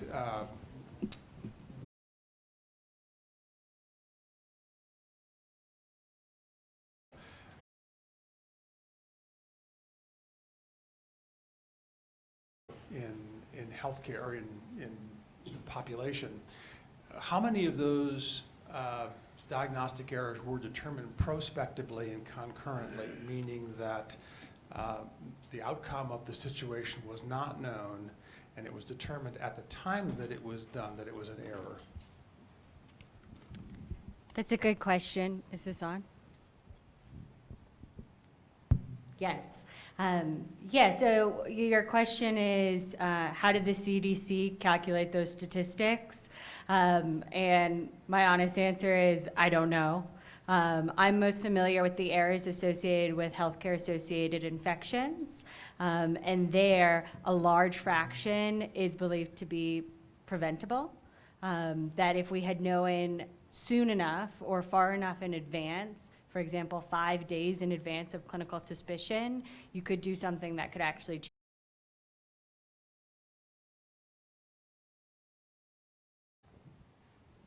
The big thing about this movement to AI is a movement potentially into more accurate prospective diagnosis. And then part of that will be, because it's prospective, does that then become the standard of care de facto? And does that change our overall strategies for delivery? I think it could, but it's too soon to tell. We don't know. We're still just building the infrastructure to prospectively validate a model, let alone act on a model. So I think there is still a lot of unknowns and a lot of work to be done. So my question, my question to is actually a couple of panelists. So we heard about this thing about, so there was a previous example, I believe, a slide where you're showing that, AI facial recognition, for instance, it's just not trained enough on, certain types of populations. Then you have another presentation where we've seen that, you have these two kinds of explainable and, AI that's somewhat of a black box, but as long as you can actually show that it works across a whole bunch of different populations, somehow we're more comfortable with that idea.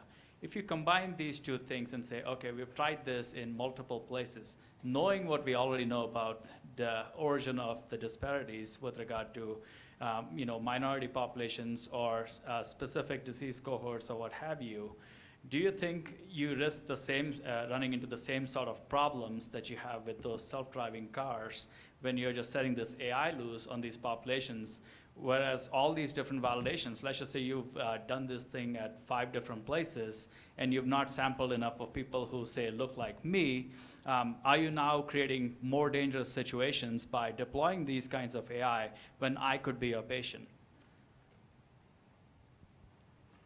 Absolutely. Yes, that's Yes. one of our biggest fears, or at least one of my biggest fears. In machine learning, we know that a fundamental assumption is that the test set and the training set are drawn from the same distribution. So you should be validating on the population in which you plan to deploy the model. Right, and a model, there's some questions here where does the model have to be valuable? Does it have to work on all populations? If a model only works on a subset of the population, is there still value? How do we learn from that or transfer from that? So that's a transfer learning problem. But yes, absolutely, there's definitely that issue. So my follow-up question then is if we are holding biomedical device manufacturers to such high, rigorous standards with regard to FDA regulation and the fact that I can basically come back and sue them, and why can't we do the same thing with people deploying analytics and AI? Because it seems to me that you're creating the same kinds of danger for which legal remedies already exist. So would one of the panelists care to comment? Yeah,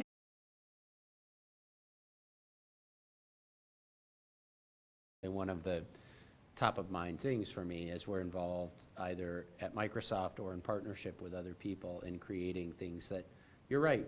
I mean, in some of these AI-enabled systems, they're just software as a medical device. And they're doing something that's diagnosis, treatment, you know, things that are covered by the FDA Act or equivalent laws elsewhere. And I think also, if you know, you look at sort of this very complicated body of products liability law, it does allow, I mean, we've seen instances where people pick who they sue, right? And some, you know, they can go into anywhere in the chain sometimes. And that's a concern for me because we're a really deep pocket. But I do want to get at, you mentioned the FDA. I mean, I sort of think conceptually part of what we'll need to do to address this issue is for this sort of what I call internal or artisanal AI, these internal systems that are developed not by a Medtronic or a Siemens, but by a provider itself, we will need to develop standards for those and validation standards and testing standards so that those things don't go into clinical practice just because somebody was like, hey, I got some compute cycles and a big load of data and now we're going to deploy this in my hospital. And it's a real blind spot right now. A lot of people I'm talking to around the country are sort of saying, hey, you know, is this something where we look at like laboratory developed tests? Some of you may know what LDTs are. They're not regulated by the FDA, but there's a separate set of regulations for these so that you can't just deploy a lab test willy-nilly. There's criticism of that it should be under the FDA. These are all growing pains in terms of where the regulation will happen and whether it will be self-regulation under the FDA, under HHS somewhere else. You know, we don't know the answer. But people will be liable. There's no doubt about that. And I actually think we need to embrace some sort of regulation because that helps you manage liability. Who's going to be liable for how much? What is the standard of care that gets you around liability? It's a good question. So this is somewhat of a continuation of the earlier question I asked, but I was encouraged to see that you're mapping the genomic data to the phenotypic data. And so I'll ask the question a little more simplistically. What percentage, you know, so when we're doing these predictive models, there are things that drive the signal. Some things drive it more, some less. So of these factors, as we're talking about improving, let's say we're trying to reduce readmissions, or we're trying to reduce avoidable admissions, what percentage of the factors would we know are coming from clinical and socioeconomic factors versus genomic factors?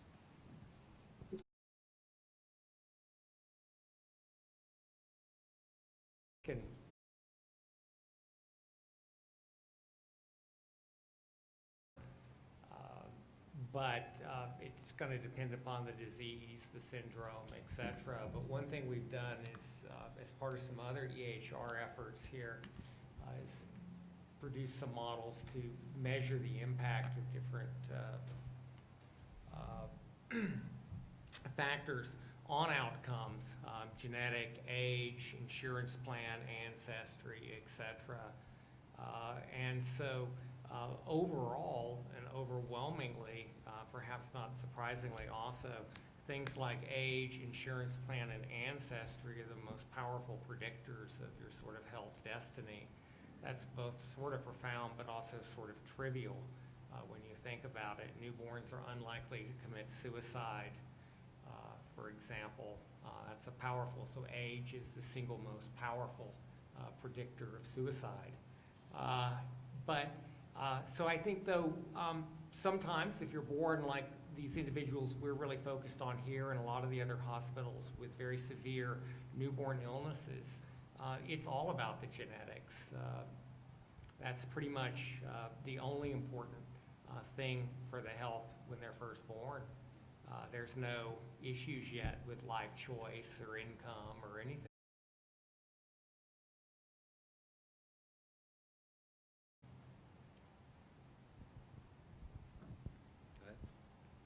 Are you done, Mark? Many, many years ago, when I show up to the physics lab of my undergraduate work, the first thing that I had to learn is how to assign error bars when I calculated things. This is much, much more difficult. How we are going to do uncertainty quantification when we do predictions? You go back to Mark, this is not precision medicine.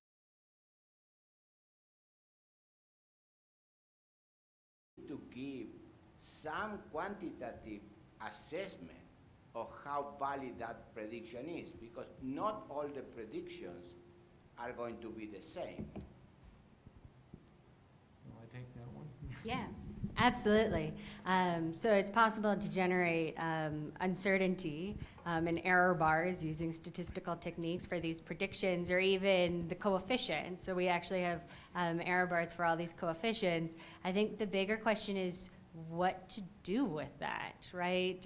How do you present? It's not clear that even a probabilistic presentation to a clinician is useful, let alone a probabilistic presentation plus error bars.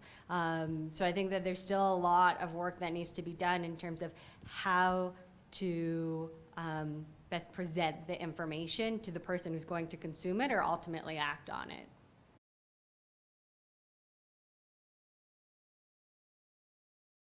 Directing it to you, Dr. Wines, I was curious how you expect clinicians to respond to this data. Do you see it going out through an electronic medical record warning, and then how likely do you think they will be to pick up on that and then act on it? And if you're doing anything to research that. Good, excellent. So how do I expect clinicians to respond to this? So that's an open question. There's a large piece of this that is still left to be done, and that's the implementation and education piece, right? So we've done the analytics, the model development, we're working through the validation now, but implementation and education are non-trivial, and they're experts in these areas. So working closely with those experts, hope to run clinical trials or clinical studies to learn what's the best way to present this information to get the desired outcome and what that outcome is.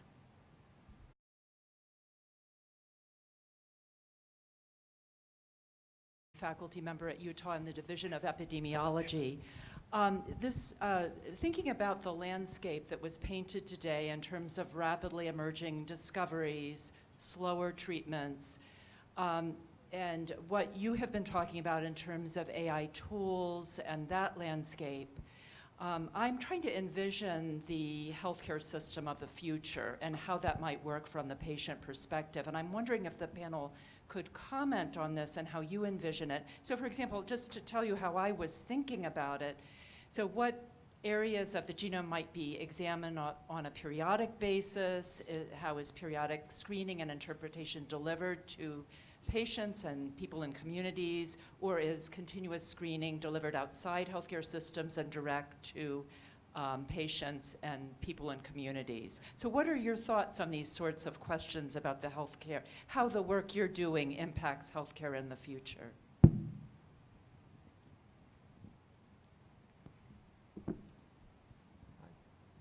Talk about that some. I think one of the most interesting things broadly about application of AI in healthcare is the idea of prognostic knowledge for a patient. So to know, possibly in real time or updated nightly, what the risk is of developing outcomes A, B, and C given to your health at that point, together with other demographic correlates, everything from age, ancestry, gender, income, where you live, etc. And also to know how valuable those prognoses are statistically. Some of them might, almost be certainties. Others are, just mild predispositions. But then that knowledge to know that, given that you've just had this procedure and this is your age, gender, etc., there's a 75% probability, plus or minus 10%, that you'll suffer an acute kidney failure event in the next 90 days. Just some kind of knowledge.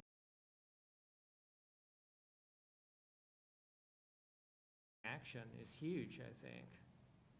And to be able to do that at scale, because it's one thing for a physician to be able to say, well, I know my patient or whatever, and I need to keep an eye on her because they're at this risk, and I've got a good gut, I maybe wouldn't put a number on it, but I know, versus, thousands of patients over a network coming in through a big hospital on a daily basis, and letting the machinery keep track of all of that is, I think, what's really new. I've appreciated learning much from this panel. This specific questions for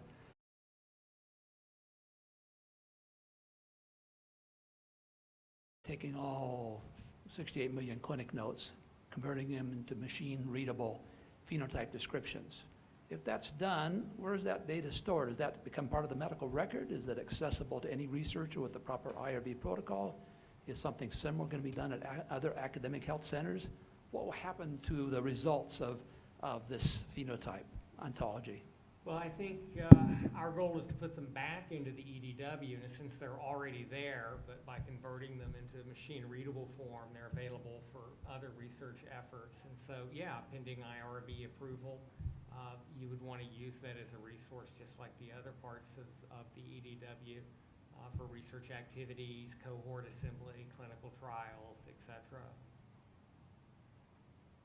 Other academic medical centers, are they going to do the same thing? A lot of academic medical centers have set up very similar pipelines. I think in this space that I'm in, probably Rady's Children in San Diego is running a very similar pipeline.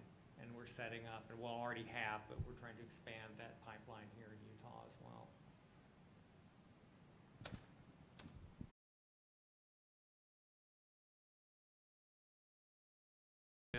And predictive modeling all the time. It's a daily occurrence now in terms of risk stratification, diagnostic probabilities. So I'm not worried about clinicians sort of handling this information. We do it all the time as it is. And just one quick question. You used self-driving cars as the analogy. Isn't AI just a weather forecast? In other words, it's not, we're going to use this information to help us sort of navigate and risk stratify and predict bumpy rides for patients, not necessarily sort of a blind or a totally autonomous thing. Yeah, it's a good point, and that's kind of the point I was trying to make, is you do hear people, sort of futurists, talking about making this, completely sort of autonomous technology to diagnose and treat people.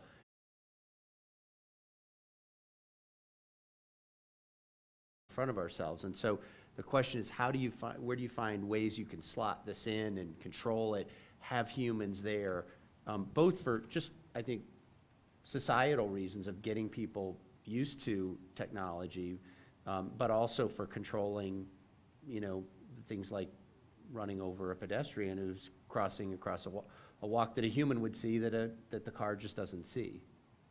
Yeah, and again, I think when we take care of